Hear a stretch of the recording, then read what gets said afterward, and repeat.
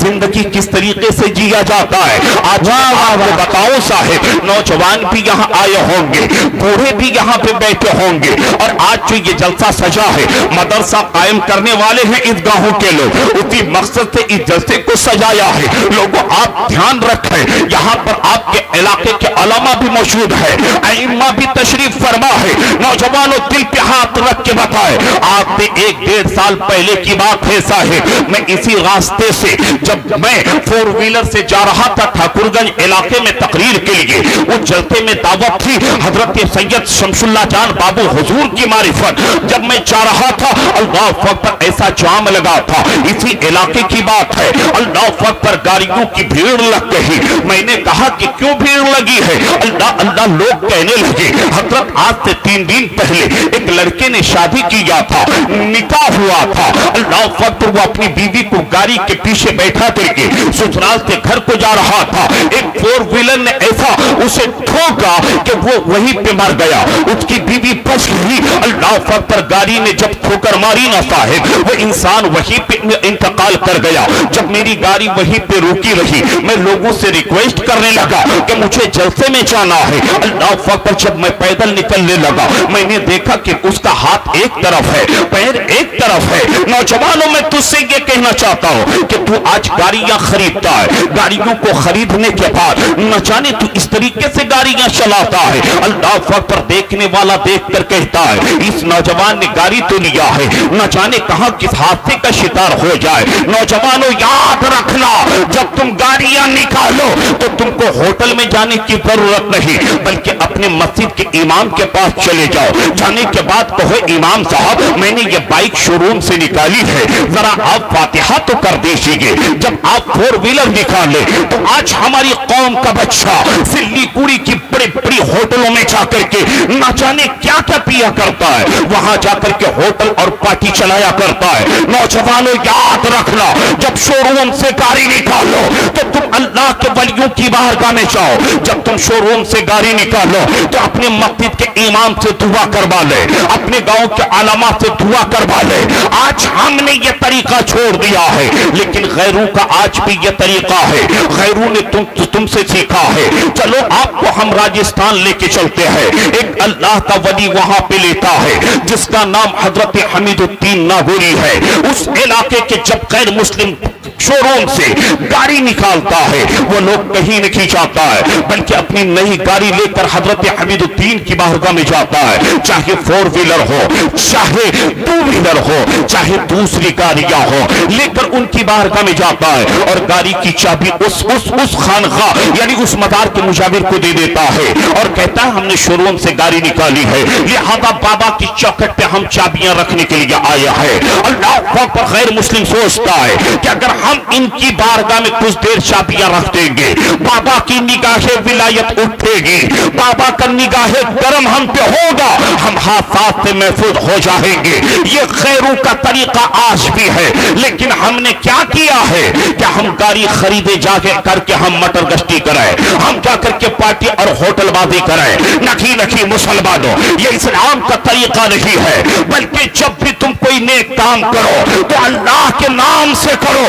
جب بھی تم کوئی کام کرو, ان علماء کی نگرانی میں, ان علماء کی دعائیں آپ لیا کریں. اے مسلمانوں, کم سے کم اس محفل میں بیٹھے ہو تو ادھر ادھر نہ بھاگیں. چاہے شور و گل کی آواز آئے, ہمیں ادھر دھیان نہیں دینی ہے, کون کیا کر رہا ہے ہم کو اس کے طرف نہیں دیکھنا ہے, بلکہ یہاں پہ بیٹھ کر کے ہم کو اللہ اور اللہ کے رسول کو راضی کرنا ہے. اور سارے یوں کہے, دنیا میں اگر تو نے مجھے اپنا بنایا ہے یا رسول اللہ, میں شر میں بھی کہہ دینا یہ ہے میرا دیوانہ. جب تو نبی سے محبت کر لے گا, ڈاکٹر اقبال نے کہا تھا کہ محمد سے وفا تو نے